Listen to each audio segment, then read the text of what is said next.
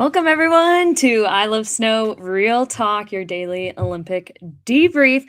This is two-time, soon-to-be three-time, U.S. Paralympian Dani Aravich from para cross-country skiing, and I'm excited to bring you the show alongside FIS as we debrief everything that happened today in the Olympics. We have two incredible Olympic athletes here as our guests tonight that I'm very excited to get to talk to, and they will share all their insights from the Olympic Games so far. Today, we're going to start off with women's slalom. Our first guest on the show, she's an alpine skier for the Philippines, and she competed in today's slalom race. Let's watch this first to see who it is. Hi, I'm Tula Pru. I'm an alpine ski racer skiing for the Philippines, and I'm from Park City, Utah. I'm still I'm in shock. I'm like, oh, I kind of wanted to see the slalom or GS, but I can't because I'll be in it, I'll be competing. Tula Pru, welcome to the show. You just competed in your first Olympics today. Can you describe what that was like? Honestly, this whole experience has been so surreal. It was so cool being at the top, at the hospitality with so many of my ski idols.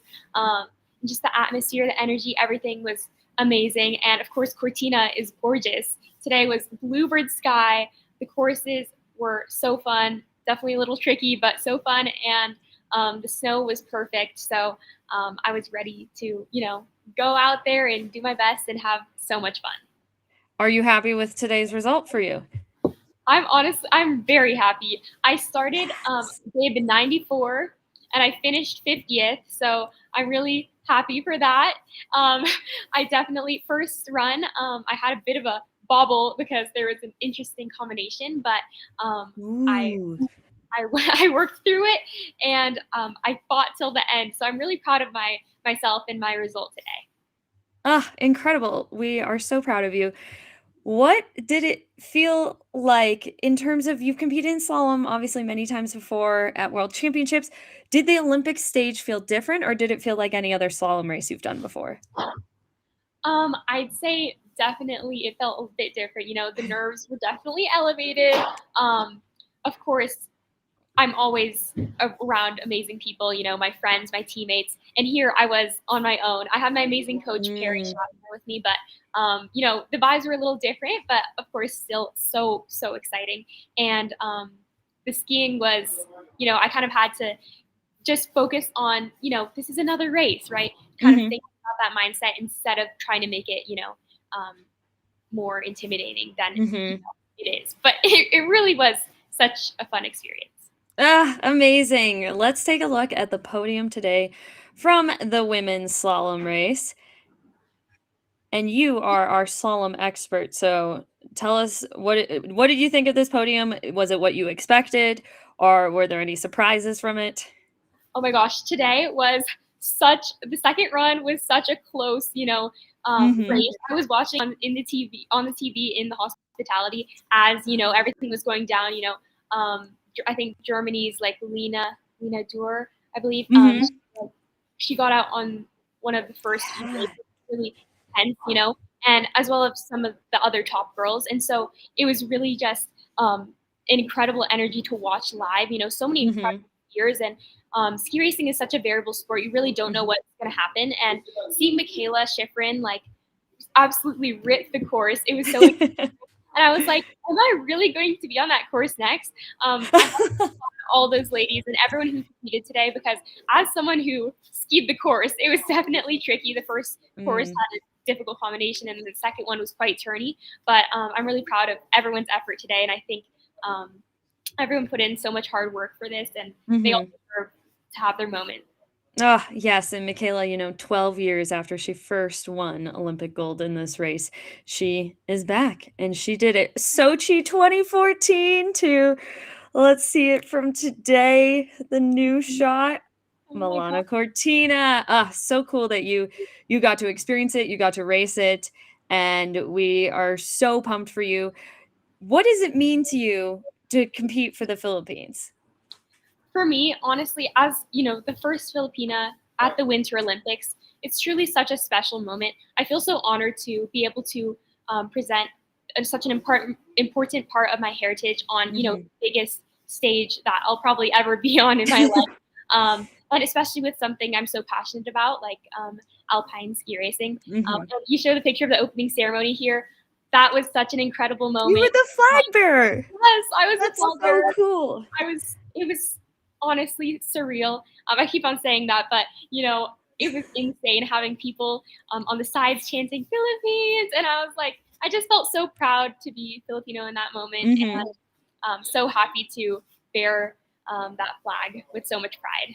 Oh, amazing. Well, we hope to see you on the World Cup circuit even more very soon. Congratulations on an incredible performance today. And we are just thrilled to continue to follow your career. So everyone, thank you, Tallulah, so much. Thank you so much as well. And we had some very exciting action coming from my sport of cross-country skiing today on the Olympic side. Wow. I mean, Clavo, 10th Olympic gold medal. He is now the most decorated Winter Olympian of all time, taking Team Norway to the top in the men's team sprint. I mean, we got to also shout out, though, the U.S. men capturing the silver medal with Gus Schumacher and Ben Ogden. This is Ben Ogden's second medal of the games, 2 silvers, and Gus Schumacher now becomes the 3rd American man to ever podium in a cross-country Olympic ski race.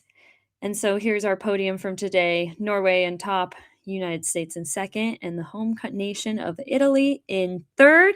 And then from the women's side, we had a very fun race. And to no surprise, I feel like, Sweden takes the gold with Jonas Sundling, Maya Dahlqvist. Like, they really held on to that lead and were not going to relinquish it during the race and created a great margin for themselves to be able to lead to gold. So this really is the Sweden women's Olympic Games, I'd say. It's the Klæbo Games and the women from Sweden who are dominating this games. And coming up, we have one more big cross-country race. It's the 50K mass start, which I know everyone's very excited to see. The first time the women will have the 50-kilometer distance in the Olympic Games. Our next guest is hailing from the Sunshine Coast of Australia. And let's watch a quick little video to see who it is.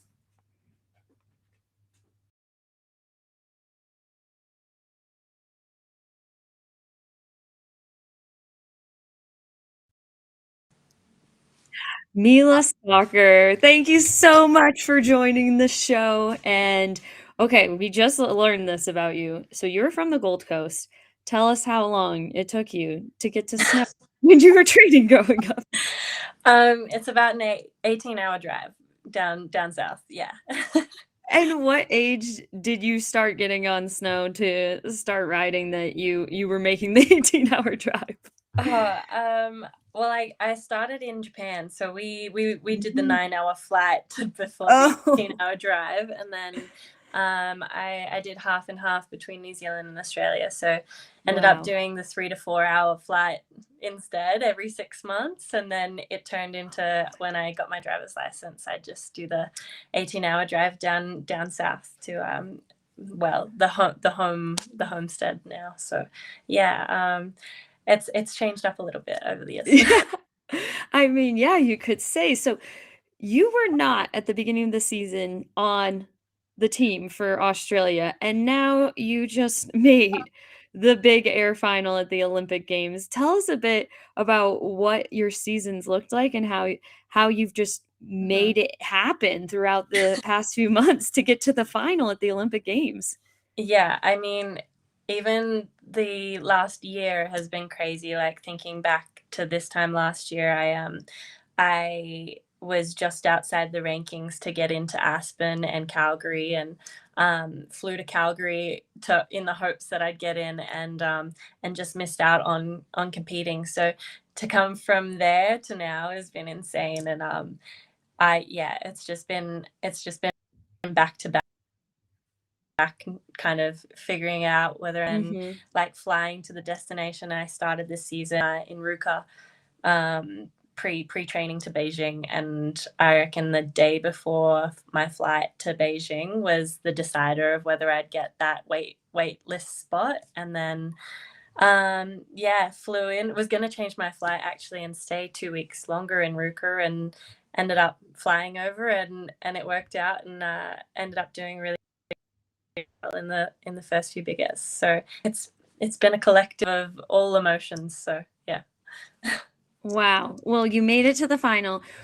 We hear the conditions were very tough during women's finals. What do you think makes the course that was in Milano Cortina so challenging? I think it's been a bit of a mix of everything. We didn't have a test event, so that was quite a challenging start, but overall they did really well to get things going for us. Like for the bigger side of things, I think it was a really friendly jump, and we were able to manage really well, which was good.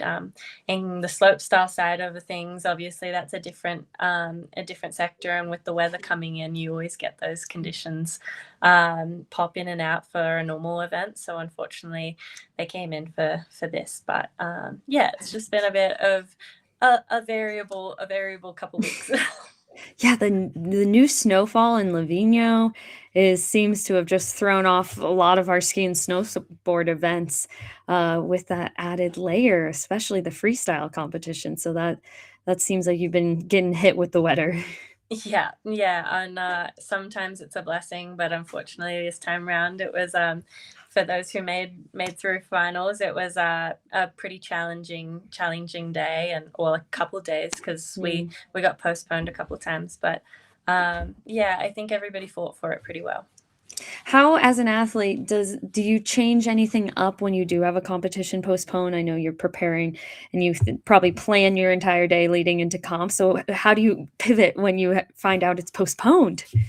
Oh, it's such a challenge. I think you get that mental build up, and then the second you're just hoping the whole morning, you're like, do I want it to go ahead? And you're really prepping yourself. And then the second it gets changed up, you're a little bit like, oh, I don't know what to do now. It's kind of that little post-comp hangover, but pre-event, which is tricky to manage, but you kind of just gotta like calm yourself down, carry it through to the next day or the next moment you guys get a chance. And then I mean, for this event it would have been just prepping to kind of have those conditions still stick around, and try not even change your run, but manage a run that's gonna hopefully make it through as best you can. But yeah. Dang, that is challenging.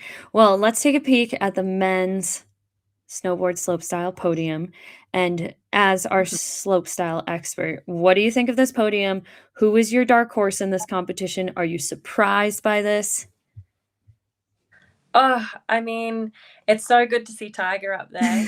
I think he's had a pretty challenging season, so it was sick to see him there, and to see Ming. It's his birthday today, so to see him on the podium is pretty damn cool for his 22nd. And obviously Jake, like, he's been ripping in. So, I mean, anyone in that final had like equally as much chance as the next. Like, I think this top 30 for both men's and women's has so much progression and potential to them. Like, each individual has their own flair, and I think that's really come through in this final. And it was kind of a mixed feeling. You didn't really know who was going to come through at the end, to be honest. Yeah, and some very tight scores there between gold and silver, and Ming having won silver 4 years ago in Beijing to now getting his gold, pretty incredible. And then over to the women's podium, was there any big surprises here? I mean, they're all amazing riders. I'm really stoked for Mari. She came through hot. I was really hoping that she podiumed today, and obviously you have the hopes for everyone, but I think seeing her in Big Air last week and having little bubbles here and there to come to this is so amazing, and she's had such a nice lead up to the games. So to see that was awesome, and obviously Zoe and Kokomo have been ripping in, and we all had our expectations there. So yeah, such a cool podium. How have you seen the sport progress over the past few years? Because, like you said, it's just getting better and better with each year. So, what have you seen from the inside? It's pretty insane actually. Like I think not only the trick progression, but seeing the younger crew come through so quick, and and I guess we're seeing girls do triples now, and most of the field has a dub or a baseline as a 10, which is pretty insane. Because when I first got on, I got on the second year of the quad, and I think a midfield big air was a 5 and a 7. So it's pretty insane to have a midfield be a 10 and a 9 or something like that. Like it's come a long way, which is really cool to see. What do you think is contributing to that? Is it more athletes seeing it and wanting to get involved? Is there more sponsorship in it? What contributes to this progression?